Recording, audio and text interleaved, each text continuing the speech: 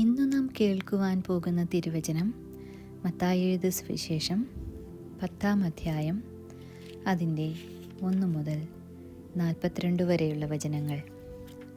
മത്തായി എഴുതിയ സുവിശേഷം 10-ാം അധ്യായം 1 മുതൽ 42 വരെയുള്ള വചനങ്ങൾ. അനന്തരം അവൻ തൻ്റെ 12 ശിഷ്യന്മാരെയും അടുക്കൽ വിളിച്ചു അശുദ്ധാത്മാക്കളെ പുറത്താക്കുവാനും സകലവിധ ദീനവും വ്യാധിയും സൗഖ്യമാക്കുവാനും അവർക്ക് അധികാരം കൊടുത്തു.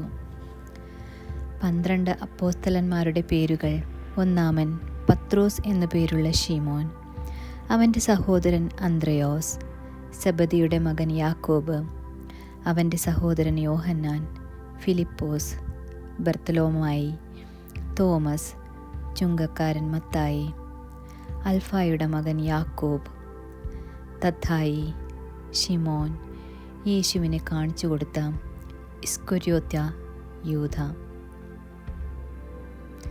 ഈ 12 പേരെയും യേശു അയക്കുമ്പോൾ അവരോട് ആജ്ഞാപിച്ചത് ജാതികളുടെ അടുക്കൽ പോകാതെയും ശമര്യരുടെ പട്ടണത്തിൽ കടക്കാതെയും ഇസ്രായേൽ ഗൃഹത്തിലെ കാണാതെ പോയ ആടുകളുടെ അടുക്കൽ തന്നെ ചെല്ലുവിൻ. നിങ്ങൾ പോകുമ്പോൾ സ്വർഗരാജ്യം സമീപിച്ചിരിക്കുന്നു എന്ന് ഘോഷിപ്പിൻ.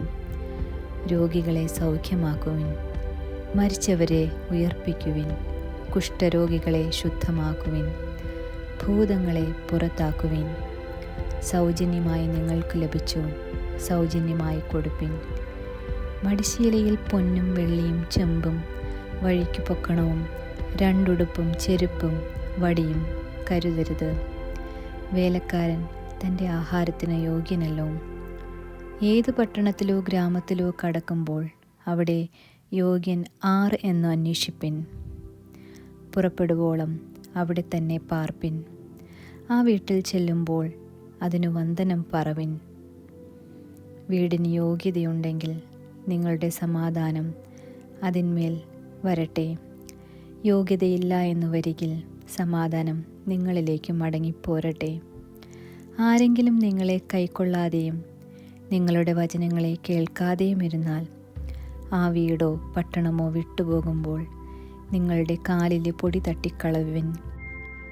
ന്യായവിധി ദിവസത്തിൽ ആ പട്ടണത്തേക്കാൾ സോദോമ്യരുടെയും ഗോമോര്യരുടെയും ദേശത്തിന് സഹിക്കാവതാകും എന്ന് ഞാൻ സത്യമായി നിങ്ങളോട് പറയുന്നു. ചെന്നായ്ക്കളുടെ നടുവിൽ ആടിനെ പോലെ ഞാൻ നിങ്ങളെ അയക്കുന്നു. ആകയാൽ പാമ്പിനെ പോലെ ബുദ്ധിയുള്ളവരും പ്രാവിനെ പോലെ കളങ്കമില്ലാത്തവരും ആയിരിപ്പിൻ. മനുഷ്യരെ സൂക്ഷിച്ചുകൊള്ളുവിൻ.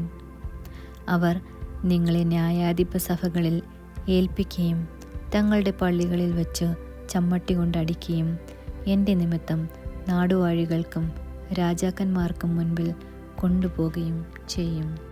അതവർക്കും ജാതികൾക്കും ഒരു സാക്ഷ്യമായിരിക്കും. എന്നാൽ നിങ്ങളെ ഏൽപ്പിക്കുമ്പോൾ എന്ത് എങ്ങനെ പറയണം എന്ന് വിചാരപ്പെടേണ്ട. പറയുവാനുള്ളത് ആ നാഴികയിൽ തന്നെ നിങ്ങൾക്ക് ലഭിക്കും. പറയുന്നത് നിങ്ങളല്ല, നിങ്ങളിലൂടെ പറയുന്ന നിങ്ങളുടെ പിതാവിൻ്റെ ആത്മാവത്രേ. സഹോദരൻ സഹോദരനെയും അപ്പൻ മകനെയും മരണത്തിന് ഏൽപ്പിക്കും. അമ്മയപ്പന്മാർക്ക് എതിരായി മക്കൾ എഴുന്നേറ്റ് അവരെ കൊല്ലിക്കും. എൻ്റെ നാമനിമിത്തം എല്ലാവരും നിങ്ങളെ വെറുക്കും. അവസാനത്തോളം സഹിച്ചു നിൽക്കുന്നവനും രക്ഷപ്പെടും. എന്നാൽ ഒരു പട്ടണത്തിൽ നിങ്ങളെ ഉപദ്രവിച്ചാൽ മറ്റൊന്നിലേക്ക് ഓടിപ്പോകുവിൻ.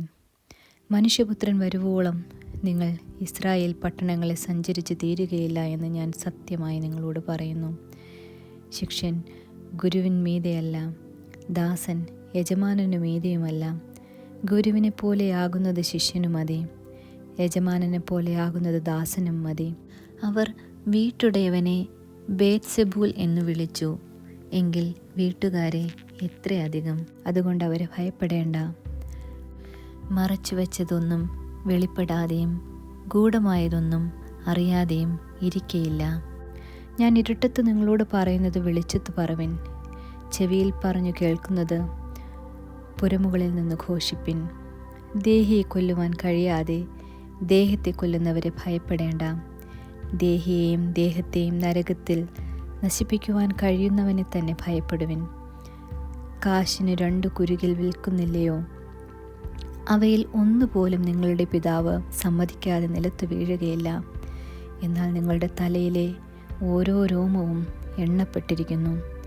ആകയാൽ ഭയപ്പെടേണ്ട, ഏറിയ കുരുകിലിനേക്കാളും നിങ്ങൾ വിശേഷതയുള്ളവരല്ലോ. മനുഷ്യരുടെ മുൻപിൽ എന്നെ ഏറ്റുപറയുന്ന ഏതൊരുവനെയും സ്വർഗസ്ഥനായ എൻ്റെ പിതാവിന് മുൻപിൽ ഞാനും ഏറ്റുപറയും. മനുഷ്യരുടെ മുൻപിൽ എന്നെ തള്ളിപ്പറയുന്നവനെയോ എൻ്റെ പിതാവിന് മുൻപിൽ ഞാനും തള്ളിപ്പറയും. ഞാൻ ഭൂമിയിൽ സമാധാനം വരുത്തുവാൻ വന്നു എന്ന് നിങ്ങൾ ചിന്തിക്കരുത്. സമാധാനമല്ല, വാളത്രേ വരുത്തുവാൻ ഞാൻ വന്നത്. മനുഷ്യനെ തൻ്റെ അപ്പനോടും മകളെ അമ്മയോടും മരുമകളെ അമ്മായിയമ്മയോടും ഭിന്നിപ്പിക്കുവാനത്രേ ഞാൻ വന്നത്. മനുഷ്യൻ്റെ വീട്ടുകാർ തന്നെ അവൻ്റെ ശത്രുക്കളാകും. എന്നേക്കാൾ അധികം അപ്പനെയോ അമ്മയോ പ്രിയപ്പെടുന്നവൻ എനിക്ക് യോഗ്യനല്ല. എന്നേക്കാൾ അധികം മകനെയോ മകളെയോ പ്രിയപ്പെടുന്നവൻ എനിക്ക് യോഗ്യനല്ല. തൻ്റെ ക്രൂശെടുത്ത് എന്നെ അനുഗമിക്കാത്തവനും എനിക്ക് യോഗ്യനല്ല. തൻ്റെ ജീവനെ കണ്ടെത്തിയവൻ അതിനെ കളയും. എൻ്റെ നിമിത്തം തൻ്റെ ജീവനെ കളഞ്ഞവൻ അതിനെ കണ്ടെത്തും.